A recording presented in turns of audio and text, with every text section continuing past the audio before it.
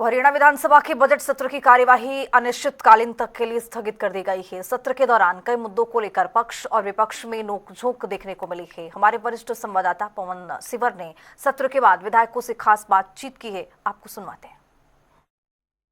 हरियाणा विधानसभा के बजट सत्र के आखिरी दिन की कार्रवाई पर बातचीत करेंगे। मेरे साथ कांग्रेस के वरिष्ठ नेता और विधायक अशोक अरोड़ा साहब है।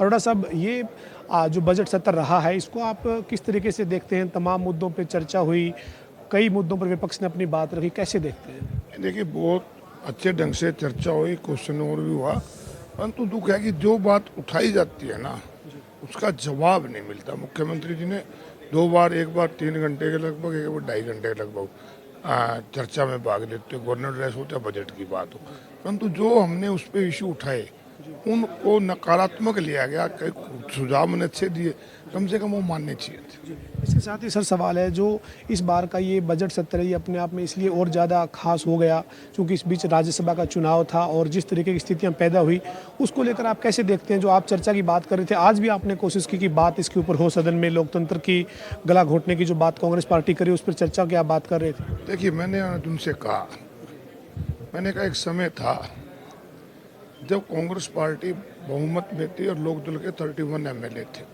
2 बार चुनाव हुआ, एक बार गंगवा जी गए, एक बार रामकुमार कश्यप लोकदल की तरफ से गए। चुनाव नहीं हुआ क्योंकि संख्या बल के आधार पर, परंतु चलो संख्या बल अब भी 37-48 थी, आपने दूसरा उम्मीदवार खड़ा किया।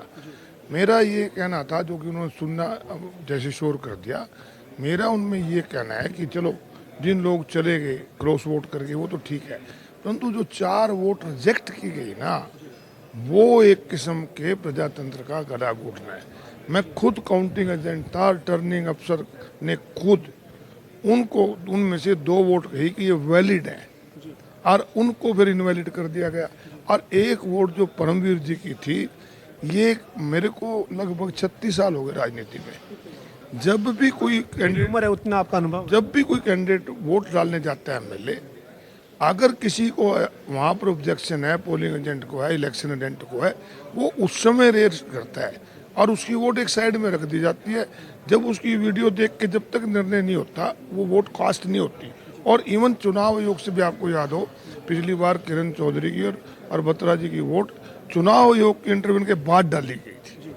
हमने इस बार इन्होंने क्या किया, ना तो कोई ऑब्जेक्शन था और उसके बावजूद परमवीर की वोट रद्द कर दी बगैर इलेक्शन कमीशन की परमिशन की। ये इस चुनाव में जो क्रॉस वोट और कैंसिल वोट की जो बात हो रही है, जो क्रॉस वोट की बात है, उसमें आज BK हरिप्रसाद जी जो प्रभारी है, उन्होंने 4 नाम लिए हैं। 5वां नाम जो है उसको लेकर क्यों संशय हो गया? क्योंकि या तो BK हरिप्रसाद जी ने देखा है वोट या हुड्डा साहब ने देखा, फिर संशय कैसा? मुझे लगता है कि कहीं ना कहीं इसमें क्लैरिकल मिस्टेक है, शाम तक क्लियर हो जाएगा वो भी। परंतु मेरा कहना है कि जो क्रॉस वोट करने के 2 नाम आ गए, डेमोक्रेसी की हत्या ये है कि वोट वैलिड होते हुए इनवैलिड करना, इससे बड़ी दुख की बात है। तो ये गोकुल सेठिया, मंजू चौधरी जो बात कह रहे हैं कि हमारा वोट क्रॉस वोट नहीं है, वो सच कह रहे हैं? इसका मतलब बिल्कुल किसी ने क्रॉस नहीं किया। मैं तो इवन यहाँ तक भी कहता हूँ कि जो बीजेपी वाली वोट भी रद्द हुई है वो भी गलत थी। 5 वोट नियमों के अनुसार थी, जो रद्द किए गलत। इसके साथ ही सर अंतिम सवाल है मेरा, आप जो सरकार के मंत्री हैं वो अब ये कह रहे हैं कि सरकार पर आरोप लगा रहे हैं, लेकिन जो अपने घर में सेंधमारी को नहीं रोक पाए। सेंधमारी हो गई, मैं मान गया, पहले भी होती आई है, परंतु फर्स्ट टाइम है कि वोट कैंसिल करके जीतना ये गलत है। बहुत बहुत शुक्रिया। हमारे साथ वरिष्ठ विधायक जो अरोड़ा साहब थे, उन्होंने अपनी बेबाकी के साथ बात रखी है। अशोक अरोड़ा का ये कहना है कि जो क्रॉस वोट हुई वो सेंधमारी है और वो मानते हैं, लेकिन जो क्रॉस वोट हुई वो ठीक है, वो सबके सामने है, लेकिन जो कैंसिल वोट का मसला है वो गलत तरीके से किया गया है। आरोप के ऊपर सरकार का दबाव था।